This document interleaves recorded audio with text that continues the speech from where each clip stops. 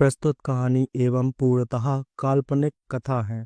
इस कहानी के पात्र, स्थान और घटनाएं काल्पनिक हैं। इस कहानी का उद्देश्य सिर्फ मनोरंजन है और इसके माध्यम से हम कोई अंधविश्वास, काला जादू, चमत्कार या अनैसर्गिक बातों को बढ़ावा नहीं देना चाहते। This channel is for entertainment purpose. We do not support any spiritual or superstitious activities. Please note this content is meant for 14 plus viewership only. Hello दोस्तों, scary nights with Piyush Kushwaha में आपका स्वागत है। और अब वक्त है डर की दुनिया में खो जाने का। मैं हूं आपका होस्ट पीयूष। आज मैं एक और मज़ेदार और हॉरर स्टोरी लेकर आया हूं। तो सभी लोग अपने अपने हेडफोन लगाइए और खो जाइए अंधेरी दुनिया की कहानी में। मेरा नाम दीपक है। आज मैं आपको अपने साथ घटी एक सच्ची घटना के बारे में बताना चाहता हूँ। हो सकता है आप लोगों को ये सब इतना डरावना ना लगे, लेकिन मेरे लिए वो दिन मेरी ज़िंदगी का सबसे खौफनाक दिन था। मैं मध्य प्रदेश का रहने वाला हूँ, लेकिन नौकरी के लिए छत्तीसगढ़ में रहता था। वहाँ एक टेली कम्युनिकेशन कंपनी में फील्ड टेक्नीशियन के तौर पर काम करता था। मेरा काम था जब भी कंपनी के किसी मोबाइल टावर में कोई तकनीकी समस्या आती तो मुझे जाकर उसे ठीक करना होता था। मेरे जिम्मे जो इलाके थे वो सब शहर से दूर जंगलों और छोटे इलाकों में स्थित थे। एक दिन मेरे मैनेजर ने बताया कि शहर से बाहर एक टावर में समस्या आ रही है। सिग्नल तो आ रहे हैं, लेकिन उनकी फ्रीक्वेंसी बार बार टूट रही है। मुझे वहां जाकर इसे ठीक करना था। मेरे लिए ये रोज़मर्रा का काम था, इसलिए मैंने तुरंत हाँ कर दी। वो इलाका महासमुंद जिले के अंतर्गत आता था।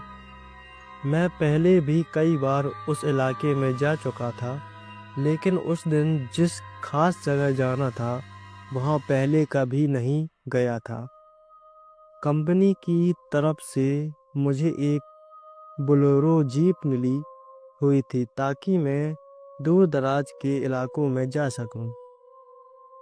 उस दिन भी हमेशा की तरह मैं अपनी गाड़ी से सारे उपकरण रखकर निकल पड़ा। शहर से बाहर निकलते ही करीब 1 घंटे तक रास्ता मुझे परिचित लगा, लेकिन फिर जीपीएस ने मुझे जंगल के भीतर एक कच्चे रास्ते पर ले जाया। ये इलाका मेरे लिए बिल्कुल नया था। कुछ देर बाद ही जीपीएस ने भी काम करना बंद कर दिया। मैं समझ गया कि अब मैं इस इलाके में पहुंच गया हूं, जहां खराब टावर के सिग्नल से समस्या आ रही थी। मेरे पास इलाके का एक फिजिकल मैप भी था और रास्ता भी ज़्यादा मुश्किल नहीं लग रहा था। करीब 20 मिनट बाद मैं एक पुराने लोहे के बड़े से गेट के सामने पहुंचा, जो पूरी तरह जंग खाया हुआ था। देखते से ही लग रहा था कि उसे सालों से इस्तेमाल नहीं किया गया है। आगे बढ़ने के लिए मुझे वो गेट खोलना था। मैंने गाड़ी से उतरकर गेट खोलने की कोशिश की।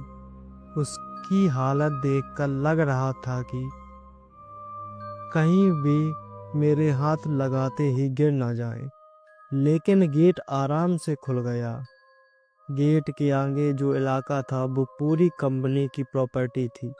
हालांकि वो भी जंगल की जमीन थी, लेकिन उसे कंपनी ने खरीद रखा था। वहां से मैं जीप लेकर आगे बढ़ा तो कुछ ही दूर पर मुझे रेलवे स्टेशन दिख गया। वहीं पर वो टावर था जिसमें समस्या आई थी। टावर के चारों तरफ मोटी चेन से फेंसिंग की गई थी। वहां तक पहुंचते ही हुए मुझे एक अजीब सी गंध आ रही थी, जैसे गंदे पानी में कुछ सलग रहा हो। शायद जंगल में कोई जानवर मरा होगा, ये पता नहीं किस चीज़ की बदबू थी। लेकिन उस रेलवे स्टेशन के पास कोई बदबू नहीं थी। सब कुछ शांत था, सिर्फ बीच बीच में जंगल के पक्षियों की आवाज़ आ रही थी। मैं जीप से उतरकर आगे गया तो देखा कि फेंस के गेट पर लगा ताला टूटा हुआ था। मैंने सोचा वापस जाकर इसकी रिपोर्ट कर दूंगा। फिर मैं टावर पर लगी सीढ़ी से ऊपर चढ़ा और वहां लगे ट्रांसमीटर्स वगैरह का इंस्पेक्शन करने लगा। सब कुछ ठीक ही लग रहा था। मैं धीरे धीरे हर चीज़ की जांच अपने टूल्स की मदद से कर रहा था। करीब 1 घंटा बीत गया। इस बीच मैं अपने काम में इतना खो गया था कि आसपास जो हो रहा था उस पर मेरा ध्यान ही नहीं गया। ना ही मुझे कोई आवाज़ सुनाई दी। फिर लगभग 1 घंटे बाद जब मैं नीचे उतरा तो देखा कि मेरी जीप वहाँ नहीं थी। ये देखते ही मेरी जान एक पल के लिए निकल गई। लेकिन तभी मुझे याद आया कि मैंने जीप कुछ कदम दूर पेड़ों के पीछे की तरफ खड़ी की थी। अचानक मुझे बहुत सुकून मिला और अपने ऊपर हंसी भी आ गई कि मैं इतनी छोटी सी बात पर डर गया। मैं अपनी गाड़ी की तरफ बढ़ ही रहा था कि तभी मैंने एक अजीब सी चीज़ नोटिस की। मैंने देखा कि जमीन पर कुछ नंगे पैरों के निशान थे। छोटे छोटे कदमों में निशान, जैसे किसी बच्चे के पैर हैं। लेकिन ये बच्चे के पैर नहीं थे, क्योंकि आकार में तो छोटे थे लेकिन बेहद भारी लग रहे थे, जैसे किसी बोए व्यक्ति के पैर हो सकता है किसी कोई बच्चा ही हो, क्योंकि सिर्फ निशान देखकर पता लगाना मुश्किल था। मुझे हैरानी हो रही थी क्योंकि अभी कुछ ही देर पहले जब मैं यहाँ आया था तब तो ऐसे कोई निशान नहीं थे। ये निशान अचानक कहाँ से आ गए? ये जगह तो ऐसी है कि यहाँ शायद ही कोई आता हो। खैर, मैंने सोचा जो भी है, मुझे तो यहाँ से जल्दी निकलना चाहिए। मैं तेजी से अपनी जीप के पास पहुँचने लगा। मेरी जीप मुश्किल से 20 कदम दूर थी, लेकिन वहाँ जाते हुए ऐसा लगा रहा था जैसे मैं किसी अंधेरी खाई में जा रहा हूँ। जैसे बचपन में अंधेरे में बिस्तर पर जाते वक्त लगता है कि नीचे से कोई चीज़ झपट पड़ेगी।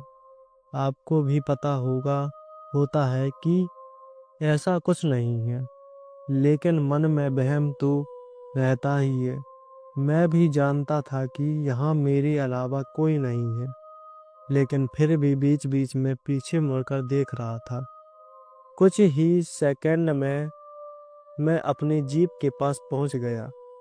तब देखा कि जमीन पर जीप के टायरों के निशान ऐसे बने हुए थे जैसे किसी ने धक्का देकर उसे आगे सरकाया हो। ऊपर से मैंने नोटिस किया कि जीप का एंगल भी बदला हुआ था। जिस तरह मैंने उसे खड़ा किया था, अब वो वैसी नहीं खड़ी थी। पहले वो जमीन पर कदमों के निशान और अब ये सब, ये मेरा वहम नहीं था। यहाँ जरूर कोई था जो ये सब हरकतें कर रहा था। शायद आसपास के आदिवासी बच्चे होंगे या फिर कोई नशेड़ियों का समूह होगा। मैं मन ही मन सोच रहा था। गाड़ी के साथ कोई और छेड़छाड़ तो नहीं हुई लग रही थी। मैंने जल्दी से जीप में बैठकर उसे स्टार्ट किया। जीप आसानी से स्टार्ट हो गई। फिर मैंने तेजी से गाड़ी घुमाई और वहां से निकलने लगा, लेकिन आगे बढ़ते हुए रियल व्यू मिरर में मुझे पेड़ों के बीच कोई खड़ा दिखा। साफ नहीं दिख रहा था, लेकिन वहां कोई था।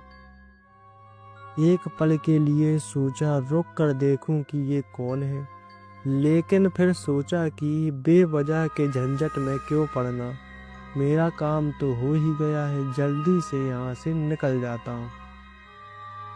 लेकिन जैसे ही मैं उस बाहर वाले गेट पर पहुंचा तो देखा कि वो गेट बंद था और किसी ने उसमें ताला लगा दिया था। ये ताला किसने लगाया? मैं तो गेट खुला छोड़कर अंदर आया था। आसपास कोई भी नजर नहीं आ रहा था। ये क्या मुसीबत है। अब मुझे बहुत फ्रस्ट्रेशन हो रही थी, गुस्सा भी आ रहा था।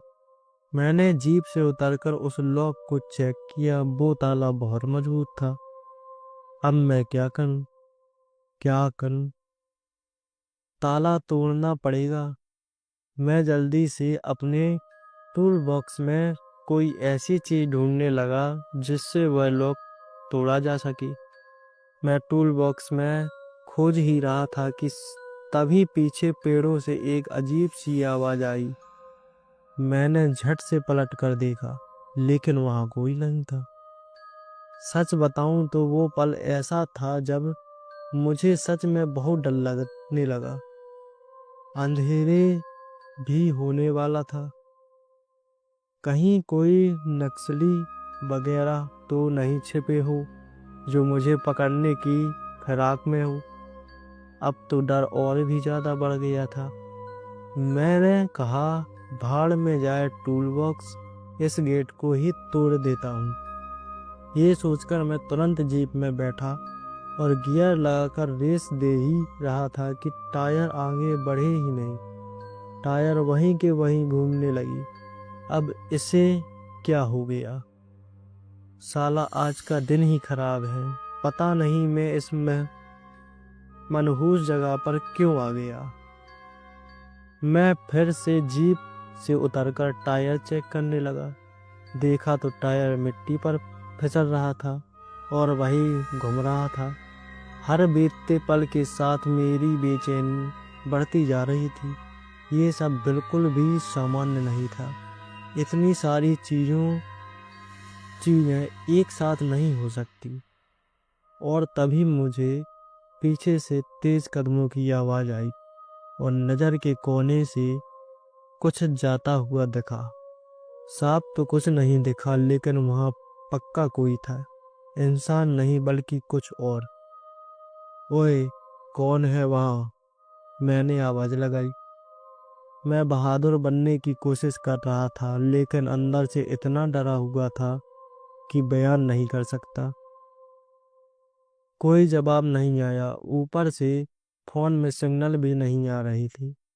मैं मन ही मन भगवान को याद करने लगा। हे भगवान, आज बचा ली, बस आज बचा ली। तभी वो आवाज आई, चला जा यहाँ से। बहुत ही भारी सी आवाज, किसी आदमी की। कौन है, कौन है वहाँ? मैंने कहा। मैं तो जाना ही चाहता हूँ, लेकिन तू मुझे जाने तो दे साले। मैं मन ही मन सोच रहा था। मैंने पिछले टायर के नीचे कुछ पत्थर डाले और फिर से भगवान का नाम लेते हुए गाड़ी स्टार्ट की। इस बार टायर निकल गया, लेकिन आगे वो गेट अभी भी बंद था। भाड़ में जाए गेट, जान से बढ़कर क्या है। मैंने पूरी स्पीड में रेस दी और उस गेट को टक्कर मार दी। मुझे पूरा यकीन था कि बोलेरो उस जंग लगे गेट को आसानी से तोड़कर निकल जाएगी, और हुआ भी ऐसा ही। बोलेरो पूरी स्पीड में गेट को उड़ाते हुए बाहर निकल गई। मैंने जैसे तैसे गाड़ी को कंट्रोल किया, नहीं तो वो आगे पेड़ों में ही घुस जाती। अब बस मुझे वहां से जल्द निकलना था। लेकिन जैसे ही मैं उस गेट से बाहर निकला, मुझे फिर से किसी ने आवाज दी, अब की बार आया तो जिंदा नहीं बचेगा। और इस आवाज के साथ ही मेरे गाड़ी में ऐसा धक्का लगा जैसे पीछे से कोई भारी चीज आकर टकराई हो। उस वक्त मेरी जान हलक में ही अटक गई, लेकिन मैं रुका नहीं। रियर व्यू मिरर में देखने की हिम्मत भी नहीं हो रही थी। बस मैं गाड़ी भगाता रहा तब तक जब तक उस जंगल से बाहर नहीं निकल गया। वहां से सीधे मैं अपनी कंपनी के ऑफिस पहुंचा और अपने मैनेजर को सारी बात बताई। उसने मेरी पूरी बात सुनी, लेकिन उसके चेहरे से लग रहा था कि उसे कोई फर्क नहीं पड़ा। वो बोला, कोई बात नहीं, तुम ठीक ठाक आ गए हो ना, अब आराम से घर चले जाओ। इसके बाद घर जाते हुए मैं सोच रहा था कि शायद मैनेजर की बात सही ही है, शायद मैं बिना वजह ही इतना डर गया था। लेकिन फिर वो सब जो हुआ वो क्या था? वो कदमों के निशान, किसी का मुझे आवाज देना, ये सब मेरा वहम नहीं था। शायद उस जंगल के इलाके में कोई ऐसी चीज थी जो मेरी जान तो नहीं लेना चाहती थी, लेकिन वो चाहती थी कि कोई उसके इलाके में ना आए। शायद इसीलिए ही वो मुझे डरा कर वहां से भगाना चाहती थी। खैर जो भी था, लेकिन ये सच है कि वो मेरी जिंदगी का सबसे डरावना दिन था। Thank you guys. ऐसे ही मनोरंजन और हॉरर स्टोरी सुनने के लिए मुझे सब्सक्राइब करें, और आपको यह स्टोरी कैसी लगी इसके लिए मुझे कमेंट करें। Thank you.